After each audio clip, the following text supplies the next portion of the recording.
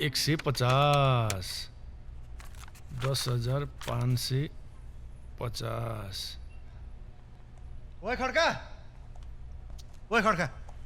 तैँले जो मान्छेलाई पक्रेर लिएर आइस् नि त्यो जगन्नाथ शाहको फार्म हाउसमा काम गर्ने व्यक्ति हो।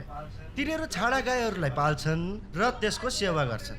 जो पाए त्यसलाई पक्रेर ल्याइदिने। तर यार यो नचाहिँदो काम गर्नै छोड्दे क्या त। बरु त पहिलाको जस्तै गरी सपना देखेर थचेर बस। यही पारा हो भने कुन दिन तेरो सस्पेन्ड हुन्छ। देख्नु परेको छैन मलाई सपना किन सपनामा केही गर्न खोज्यो कि कोही न कोही आएर मारिदिइहाल्छ। बारम्बार एउटै सपना देख्यो भने त्यो सपना साँचो हुन्छ रे। म एक दिन ठुलै मान्छे बन्नेवाला हुँ। त्यो चाहिँ मलाई थाहा छैन। मर्न चाहिँ कुन दिन मर्छस्।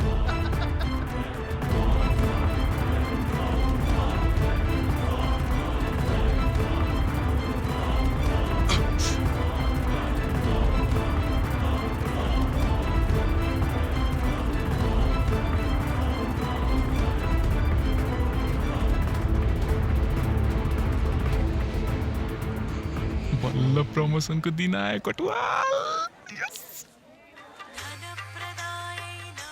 हेलो सर, म बोलिरहेको छु।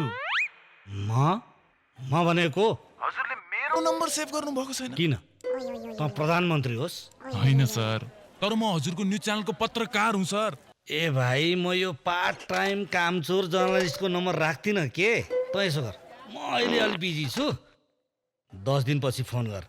प्लिज सर, फोन नराख्नुहोस्। मेरो जीवनको पहिलो ब्रेकिङ न्युज त सुन्नुहोस् सर। इन्डियन टेररिस्ट अक्लावालाको राइट ह्यान्ड मैले पत्ता लाग्छु सर। ए भाइ सुन तेरो यो न्युज लगेर इन्डियन कन्सुलेटलाई दे, मेरो च्यानललाई होइन। हेलो साला, यो मान्छेको धोक्रे सुरुवाल यार। जति लगाउनु कोसिस गरे पनि झरै गर्छ यार।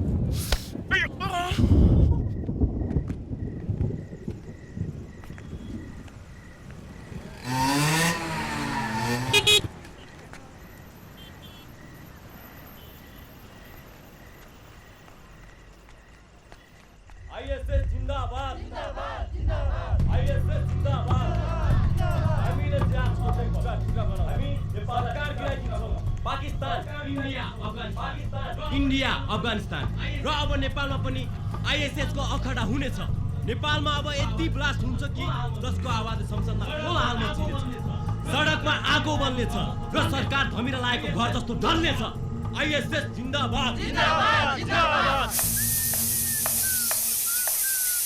फोन उठा।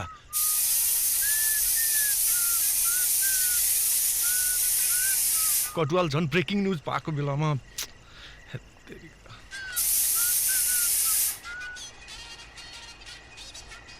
हेलो, फोन नउठाएर कहाँ गएको थिइस्? खड्का, दाल पाकिसक्यो त रोटी खाने भए पिठो लिएर आइज त। कटुवाल, अब दाल र रोटी खाने दिन गए, अब मासु पाक्छ हरेक दिन, त्यो पनि खसीको मासु, त्यो पनि खसीको।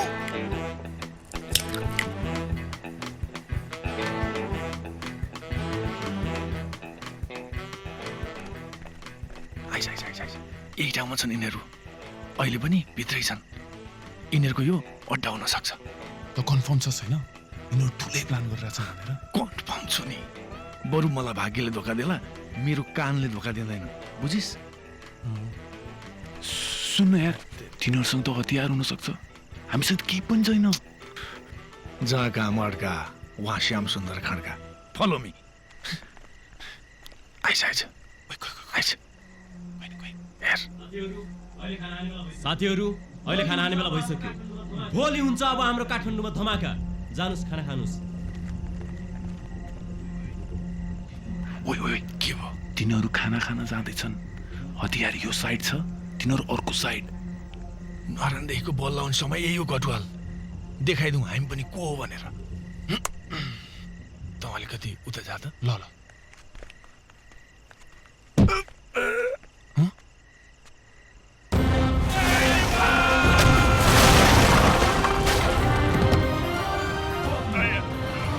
को तिमीहरू? जा कटुवाल। तो राइफल सम्हाल, म यिनीहरूलाई सम्हाल्छु। हातमाथि सबैको हातमाथि। कसैले हल्लिने कोसिस गर्यो भने पनि गोली ठोकिदिन्छु। हान्देऊ। तर हामीले के गर्यौ र? कसैले बोल्ने कोसिस गर्यो भने पनि गोली ठोकिदिन्छु।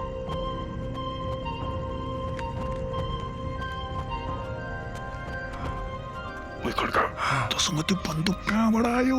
यस्तै पर्छ भनेर मैले बम्बईबाट जोनी सिंह राणासँग मगाएको। मैले त कहिले देखिन त। साले मबाट पनि लुकाइसँग। म आफ्नो कार्ड जहिले पनि लास्टमा निकाल्छु कि, बुझिस्? यो के वायत कुरा र? तिमीहरू चाहिँ को हो? साथी हौ, सँगै बस्छौँ, सँगै खान्छौँ, सँगै सुत्छौँ र सँगै हक्छौँ। हामीले लगाउने अन्डरवेयरको नम्बर पनि सेम छ। तँलाई के प्रब्लम? थाहा छैन तिमीहरूलाई म को हुँ भनेर। भन्दै खड्का भन्दै हामी को भनेर। गुगल गर्ने समय छैन। तँसँग बोल्ने मलाई फुर्सदै छैन। अब म भन्छु म चाहिँ को हो भनेर। एक समय थियो राजा पृथ्वीनारायण शाहको। एक समय थियो राजा पृथ्वीनारायण शाहको। यो समय हो हामी दुई बादशाहको। नेपाललाई टुक्रा टुक्रा पार्ने कोसिस जसले गर्छ त्यसलाई म अहिले नै टुक्रा टुक्रा पारिदिन्छु। एउटा डायलग त म पनि हान्छु। मेरो शरीरमा रगत होइन, साहस बग्छ।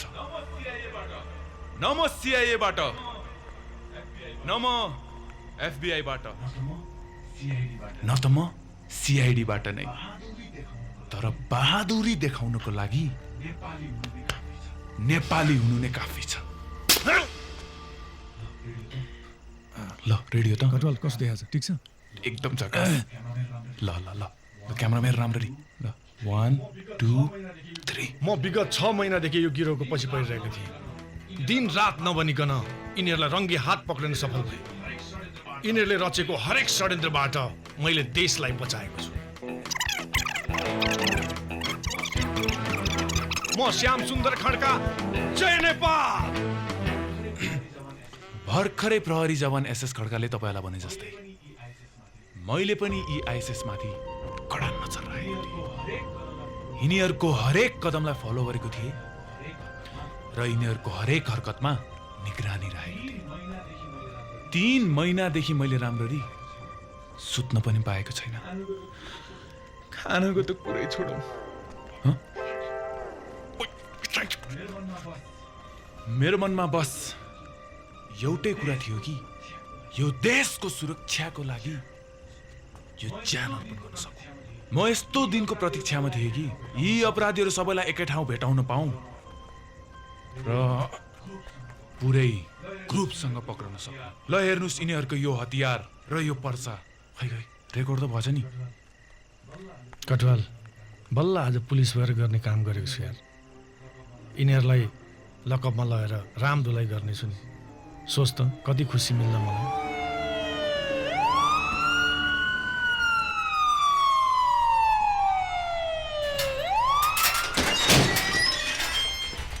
जान्दैनस्?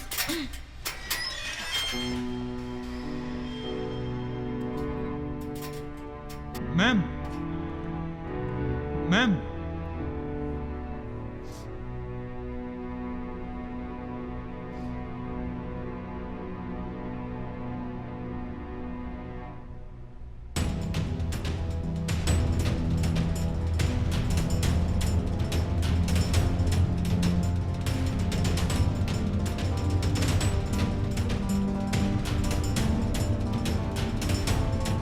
नरेन्द्र लामाले अफगानिस्तानमा बहादुरी देखाउने वीर गोर्खालीको बहादुरीलाई सम्मान गरिएको विषयलाई लिएर बनाइएको नाटकको मुख्य भूमिका निर्वाह गरेका थिए। नाटक रिहर्सलकै क्रममा उनी एक आतंकवादी भएर पक्राउ परेका थिए। राति भएको घटनामा सांस्कृतिक मन्त्री विश्वजङ लामाका कान्छा छोरा नरेन्द्र लामामाथि लागेको आतंकवादीको आरोप झुटो ठरेको छ। श्यामसुन्दर खड्का र रामचन्द्र कटुवालले गरेको कारनामाले आज देशलाई नै चकित बनाएको छ। यो त्यही एक्टिङ थिएटर थियो जहाँबाट नरेन्द्र लामा र उनको समूहलाई पक्रेर लगिएको थियो।